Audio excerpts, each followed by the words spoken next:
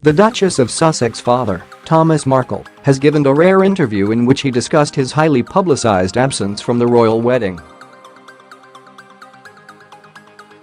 Markle spoke live to Good Morning Britain hosts Piers Morgan and Susanna Reid on Monday morning. It is one of the first times he has spoken to the media and was his first ever television interview since his daughter married Prince Harry in a historic ceremony, which he was unable to attend due to ill health. Advertisement. Continue reading below. Good Morning Britain. Ahead of the wedding, Markle was embroiled in a publicity storm when he admitted staging paparazzi photos, which he said he did in order to control some of the overwhelming press attention he was receiving. Meghan later announced that, sadly, her father would not be walking her down the aisle, leading her new father-in-law, Prince Charles, to step in. Here's what the 73-year-old revealed in the lengthy interview. When Meghan told her father she was dating a prince, the first phone calls were, "Dad, I have a new boyfriend. And I said, that's really nice. And then the next call was like, he's British. And I said, that's really nice. And eventually the third time round was, he's a prince. At that point she said, it's Harry. And I said, oh Harry, okay. And she said, of course, we'll have to call him H so no one knows we're talking about Harry. It's H, and then we talked about that, and eventually I spoke to him as well. Very nice man. Gentleman. Very likable. Advertisement. Continue reading below. My daughter has been a princess since the day she was born. Thomas Markle, father of the Duchess of Sussex, speaks about the moment he spoke to Prince Harry for the first time in a world-exclusive interview. pic.twitter.com /YYWNJYC1SN. Good Morning Britain, @GMB, June 18, 2018. Of course it's wow. It comes out as a wow, but this is my daughter, and she's certainly a prize for him as well. He's great, an interesting guy, a prince, but my daughter's been a princess since the day she was born. On getting to know Prince Harry, my contact has always been with Harry over the phone. We have yet to see each other face to face. We've had interesting conversations on the phone. He's a smart guy. We talked a few times about Donald Trump, Brexit, things like that. He's an interesting guy. Advertisement. Continue reading below. Advertisement. Continue reading below. On Prince Harry, Donald Trump and Brexit. I complained I didn't like Donald Trump and he said, give Donald Trump a chance. I sort of disagreed with it, but I still like Harry. That was his politics, I have my politics. When Morgan asked whether Thomas thought Prince Harry was a Trump supporter, he said, I would hope not now, but at the time he might have been. As for Harry's views on Brexit, he said, it was just a loose conversation about something that we have to try. There was no real commitment to it. I think he was open to the experiment. The moment Harry asked for his permission to marry Meghan, Thomas said Meghan told him the news first, and then Harry telephoned him. Harry asked for her hand over the phone, and I said, you're a gentleman. Promise me you'll never raise your hand against my daughter, and of course I give you my permission. Getty Images. Advertisement. Continue reading below. On walking Meghan down the aisle, that was from the very start she wanted me to.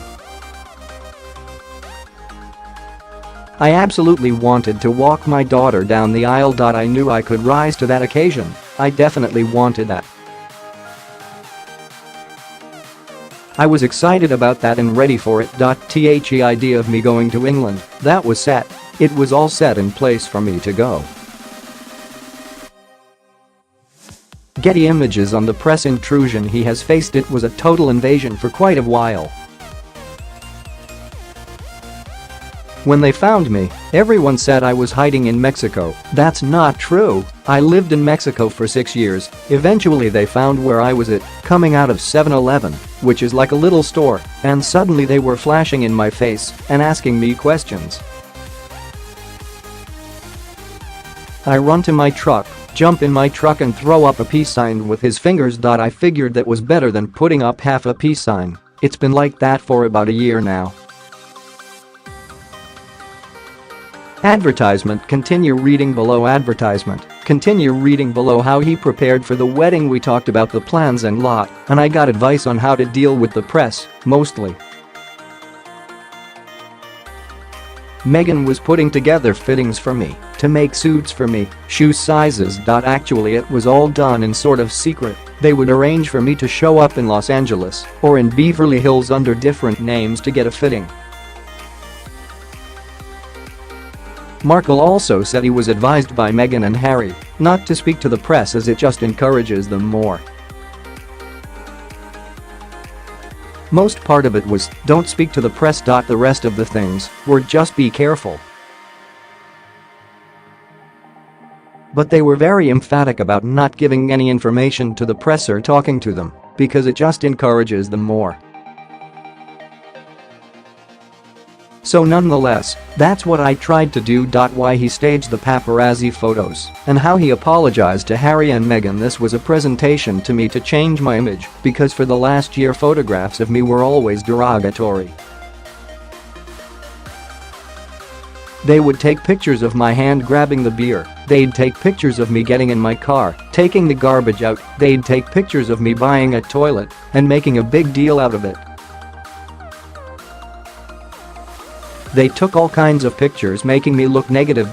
So I thought this would be a nice way of me improving my look. Well, obviously that all went to hell. And I feel bad about it. I apologized for it, and that's all I can do. I can't do much beyond that. That was a mistake. I didn't do this for money. I did this to change my image. For 1 whole year I was presented as a hermit hiding out in Mexico. I was looking to change my image, and obviously that was a mistake that went wrong. I spoke to them both, and I apologized. I realized it was a serious mistake. But hard to take it back. They were very forgiving. It wasn't that difficult. Both Harry and Meghan were very forgiving about it. Advertisement. Continue reading below. Why he didn't attend the wedding. Meghan said, "Everything is ready for you." Harry said, "I have got one of my military friends to take care of you when you are here." It was all set up. It was fine. Everything was booked. I couldn't get over the fact that had happened. All that stuff was working on me. I've got a bit of a heart condition. This pushed me a little further. I had heart palpitations and I had to drive at 2 in the morning to a hospital. They sent me to another little hospital, and then they sent me to a bigger hospital, and I had a heart attack. The hospital stabilized me, and after about a day and a half in that hospital I said I felt better, and I said I want to check out now because I want to go to the wedding. And I was fine. I felt really good until I got back home. I talked to Harry and Meghan. We were still set up to go. I was going to go the next day or the day after. At that stage I started getting heart palpitations and chest pains, and I said I have to cancel. It's because I didn't take care of the heart problem before, so I had to get a friend to take me back to the hospital across the border in the States, where I was told that my condition was very bad and they had to operate, and I had heart surgery. On telling Meghan he wasn't going to make it, they were disappointed. Meghan cried. I'm sure she did cry.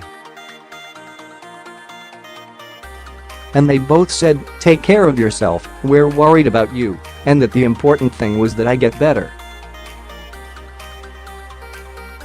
World exclusive, Thomas Markle talks about his heart surgery and the moment he told Meghan he couldn't attend the royal wedding. GMB pic. Twitter.com OIPPJPBD6U. Good morning Britain, @GMB, June 18, 2018. Advertisement. Continue reading below. Advertisement. Continue reading below. On Meghan walking down the aisle with Prince Charles I was honored. I can't think of a better replacement than someone like Prince Charles. He looked very handsome, and my daughter looked beautiful with him. I was jealous. I wish I'd been there. I wish it had been me, but thank God he was there, and I thank him for that. It might have been a treat for him as he never had a daughter. Where he watched the royal wedding, a friend found me a little B&B place to hide and recover for a few days. So they got me this little place, and in this little apartment I watched the wedding. Meghan was beautiful. It was incredible watching her. I cried a little bit about it. She was so beautiful walking down that aisle. And so was very proud. I couldn't see a better moment in my life. The whole world was watching my daughter. I was very happy about that. On having royal grandchildren. She's wanted children for a long time, and when she met Harry and she spoke about how much she loves him, there's got to be a child in the making somewhere soon.